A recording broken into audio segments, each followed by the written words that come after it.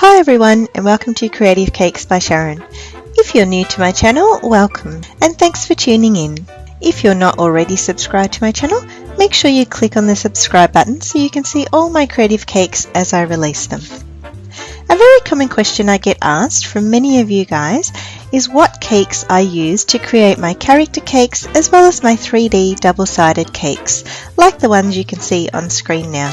Well, to be honest, there are a few different types of cakes I use, and today I'm going to show you a recipe I use to make my super moist and chocolatey chocolate cake. So the ingredients I'll be using today is 1.5 cups of milk, 1 cup of superfine or caster sugar, 150 grams of dark cooking chocolate, 250 grams of butter, 250 grams of sifted plain flour, 1 teaspoon of bi-carb of soda, 1/3 a cup of cocoa powder, and 2 eggs. The equipment we'll need is a 4-litre pan, an 8-inch round cake tin that I've lined with some greaseproof paper, a sieve, a whisk, and a spatula.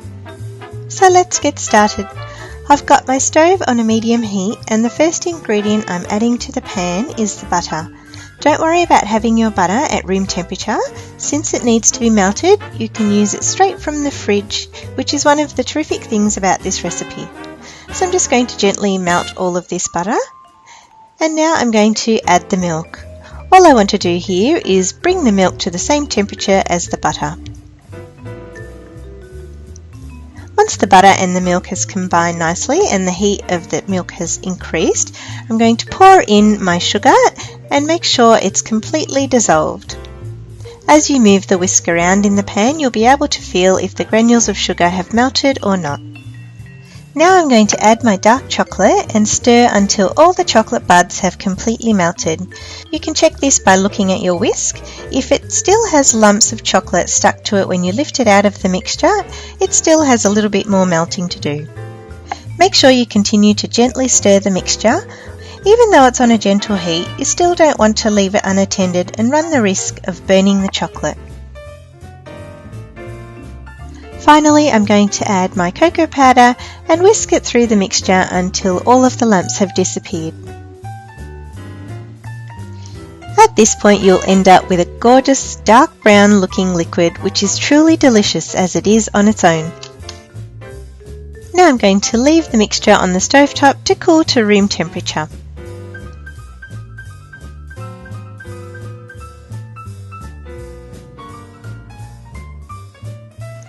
The beauty about this recipe is that you only need to use this one pan to prepare the entire cake batter. So now I'm going to add my flour and bi-carb of soda, which has been sifted already. I'll add this in 2 batches, whisking gently to fully incorporate the flour and eliminate any lumps.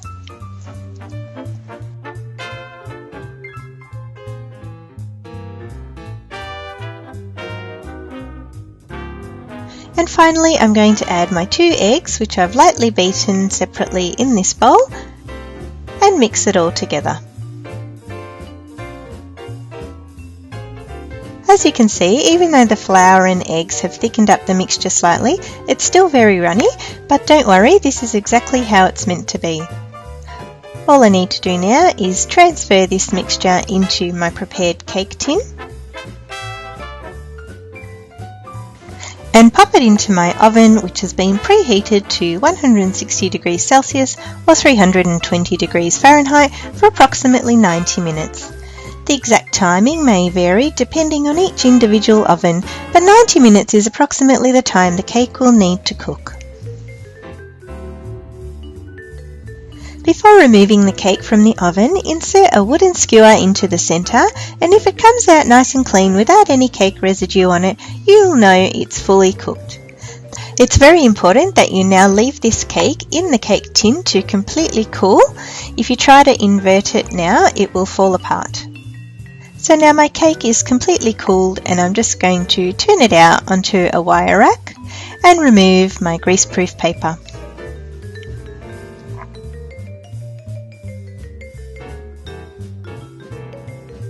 Once you try this recipe at home, you'll also discover exactly just how moist, delicious and irresistible this cake is. I've had many other people try this recipe out and tell me just how much their family and friends were impressed with how delicious the cake was.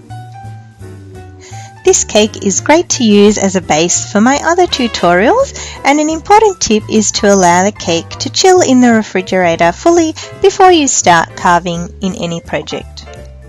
So guys, I hope you enjoyed this tutorial. If you did, make sure to give it a like and also share it with your friends. This one is definitely worth sharing. Also, just a reminder that once you've subscribed to my channel, you'll be updated weekly with my recipes and creative cakes, so don't forget to click on the subscribe button. Make sure you stay tuned, as next week I'll be sharing my white chocolate ganache recipe with you. Also, later this week I'll be using this exact chocolate cake to create my 3D standing Paddington Bear cake, so make sure you don't miss that one. Remember, if you recreate any of my cakes, I'd love to hear from you and see your creations, and you can connect with me on Facebook, Instagram, Pinterest or Twitter. I hope you tune in next time, and thanks for watching.